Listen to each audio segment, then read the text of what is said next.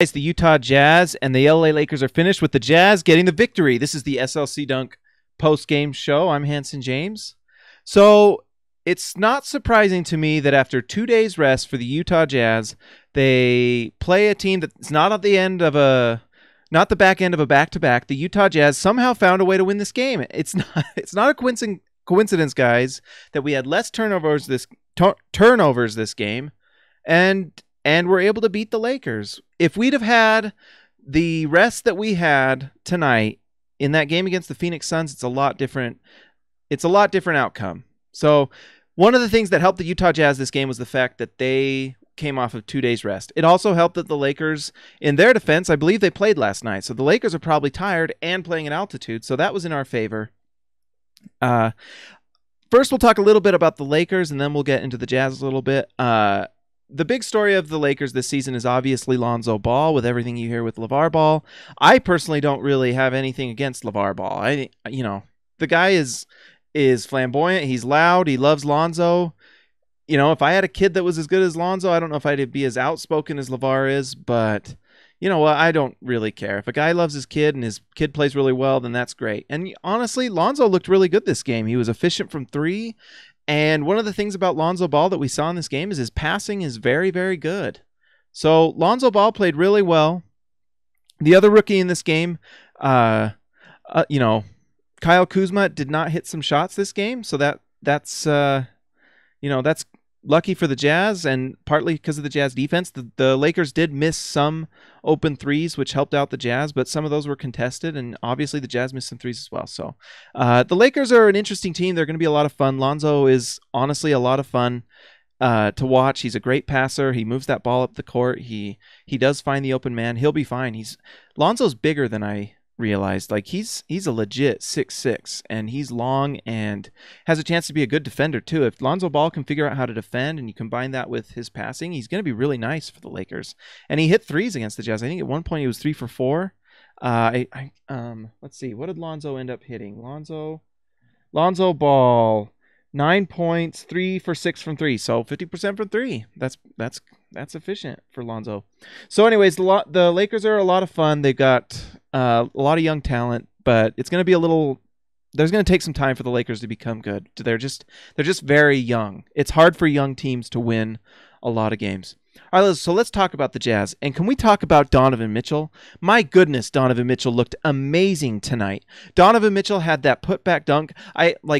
I watched these games with my wife, and I was standing up just getting anxious from that game. And when Donovan made that dunk, it literally brought me to my knees. I mean, he brought that ball from so far away and packed it. It was incredible. Guys, I was so pumped about Donovan Mitchell's game tonight. He was efficient from three. Yes, he had some turnovers, but he was getting assists. So let's look at Donovan Mitchell's line tonight. Donovan Mitchell had, 22 points, our leading scorer. Let's see. He was 9 for 16 from the field, 56%, 3 for 6 from 3. He hit his one free throw and was a plus 17 for the game. By the way, the other player we've been a little bit worried about, Rudy Gobert, plus 22, Rudy Gobert for the game. You know who else was interesting? Looks like our leading plus-minus player, Joe Ingles. That should tell you something, guys. Joe Ingles had the flu for 2 games, and all of a sudden we lose 2 games. Joe Ingles is like the glue of this team. He is the bellwether. If Joe Ingles plays well and is hitting his threes with that insane percentage that he does, we win the game.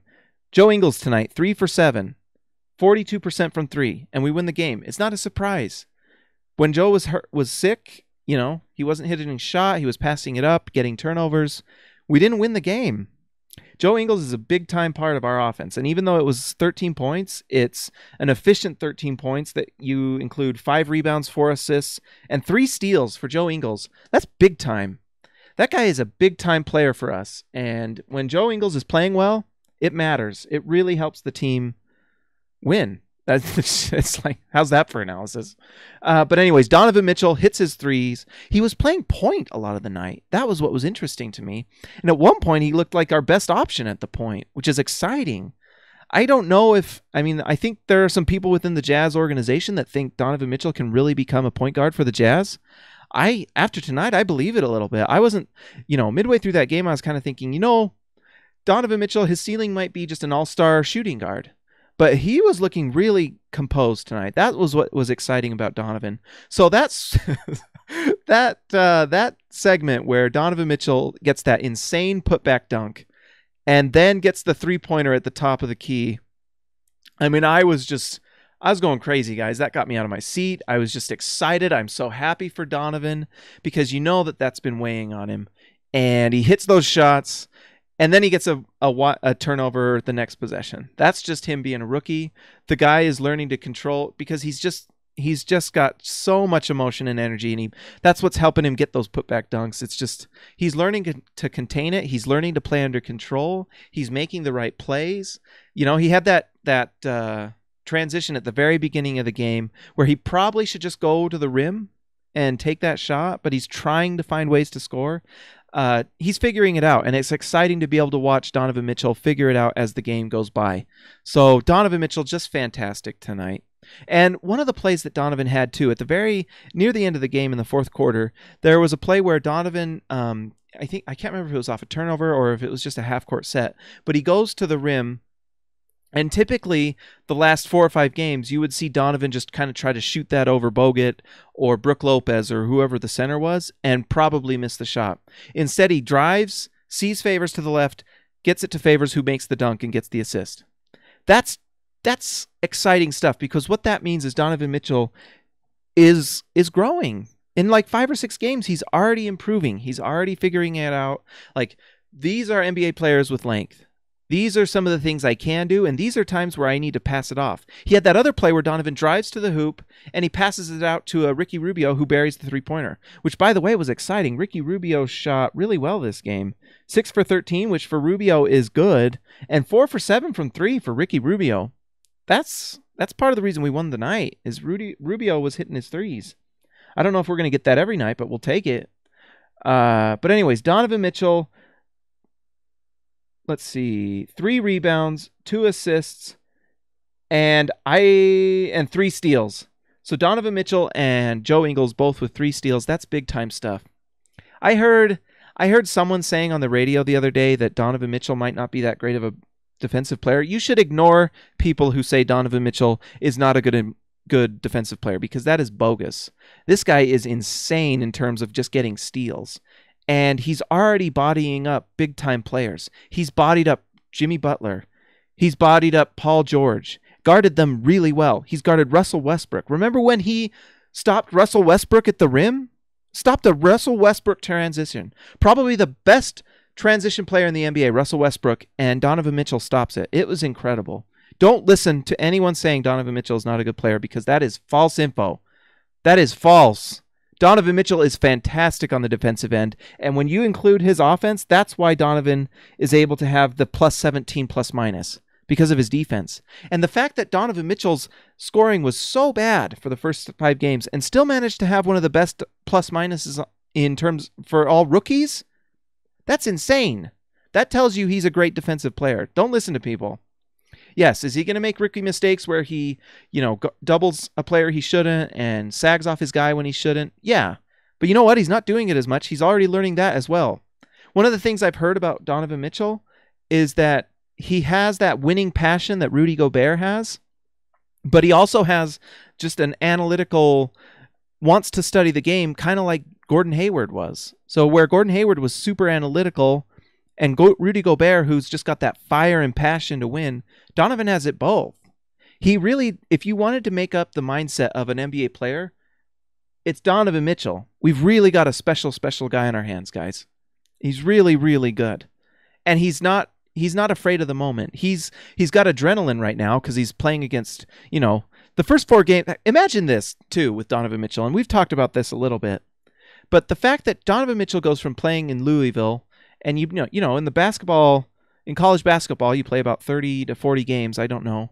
But you're playing against guys. Some nights you're playing against like Eastern Arkansas Tech and like Southern Florida Disney University. You're just playing these rando colleges against these guys that are just not as big as you, not as athletic, not as long, and not as fast. And you go from playing this guy to Paul George, Russell Westbrook, Jimmy Butler. You can imagine that he's going to have a lot of adrenaline and just a lot of energy. And so it's not surprising that he's shooting everything long. And we talked about this too. His shooting has actually been interesting. It's been hitting the same spot on that dang rim every game. He would hit that back iron every single time. And tonight he'd calm down, and it was going in. No surprise. And he's going to be good, guys. He's only going to get better. If you're a Jazz fan right now, you better be excited about this rookie. He's going to be very, very, very, very good. I don't know what else to say about Donovan other than he's going to be fantastic. Whether he's a point guard, a shooting guard, he might just be a combo guard, and that's fine. The guy's going to be fantastic. I am so over the moon about Donovan Mitchell and his ability to defend and shoot and score. And his passing is surprisingly good as well. So Jazz fans need to be excited. Showed up really well against the Lakers because a lot of Laker fans were watching this game. Just a lot of basketball fans in general. It stinks that we're competing with the World Series, I guess. But Donovan Mitchell showed up when he needed to. It was fantastic. He's going to be really good. The other player, Rudy Gobert. So we've been a little worried. Rudy might have looked a little slow again tonight. But Rudy Gobert's line, let's see, 35 minutes, 6 points, 8 rebounds, but a plus 22 for the game. Guys, when Rudy Gobert is going up against Brook Lopez and Andrew Bogut, those are two physical centers who are going to work and take him out of the game. And in a lot of ways they did. But Rudy was fantastic on the defensive end tonight, guys. Sometimes you need to ignore box scores. Rudy Gobert was a plus 22 tonight, and it was a major reason we won this game. He was phenomenal. And don't forget that Rudy Gobert also had, 3 blocks tonight. So he was doing his job on the defensive end. He's just playing against big-time centers who are good defenders, Brook Lopez and Andrew Bogut. I mean, Andrew Bogut was starting for the Golden State Warriors 2 years ago, and Rudy has to deal with that. We can't always defend on Rudy Gobert.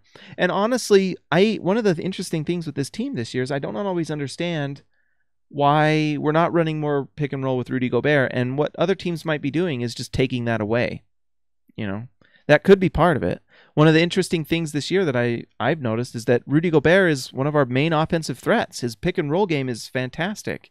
And so if you're an opposing team, you're going to take that away. That's part of your game plan. Every game is take away or do whatever you can to slow down the best offensive threat of the other team. And with the Jazz, we don't have a major big-time scorer. We have a nice offensive system that does find ways to get efficient buckets. But Rudy Gobert is one of the major, our major offensive threats is the pick and roll with Rudy Gobert and Joe Ingles and Rodney Hood. And so when the big man, when Rudy Gobert is one of the major threats, they're going at him. Rodney Hood had a big night tonight, by the way.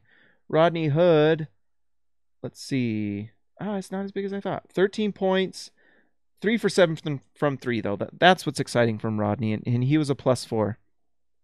We saw a little bit tonight of some of the things I would hope that we don't see too much of Rodney, where he's trying to do dribble drive games and things. I just don't know if that's his best asset. But what I really liked from Rodney Hood tonight is the fact that he's doing that spot up 3 and he's making it. So if Rodney Hood can be just a knockdown spot up 3-point shooter, he'll get those passes from Ingles and Rubio and even from Favors and Gobert, who have actually been really good passing this year. So that's one other thing. I don't really have everything else, and I don't see any questions from anyone. If anyone has seen Joe Johnson in the last few games, please let me know, because he's been missing a little bit, at least his jump shot. We haven't been winning games too because Joe Johnson's just been in a slump, and he'll get out of it. He had a big slump last year and then eventually came out of it and helped us win a playoff game. So Joe Johnson, and I just hope he gets that shot back, because we need Joe Johnson's offense on our bench. There were times tonight where you could just tell, we need a bucket from Joe, and it wasn't there tonight. So big time win for the Jazz, just for the fact that they can turn this around. They needed to beat the Lakers, who are not as good as the Jazz, and we can't afford to lose against teams we need to be beating. So big time win for the Jazz. Guys, make sure to like us on Facebook, SLC Dunk. Search for us Instagram, Twitter. Go to slcdunk.com and read all the articles. We have a new article coming out tomorrow that's an MVP, NBA Player Award watch. Everything you could want to read is there. We have Epe Udo's book club that we can all be a part of. Epe Udo on Twitter, who has his book club. How amazing is this team, by the way? We have a book club of Jazz players. The Jazz are amazing. I love everything about the Jazz. I hope you do too. That's why you're watching this show. Anyways, like, subscribe, all the good things. Talk to you later.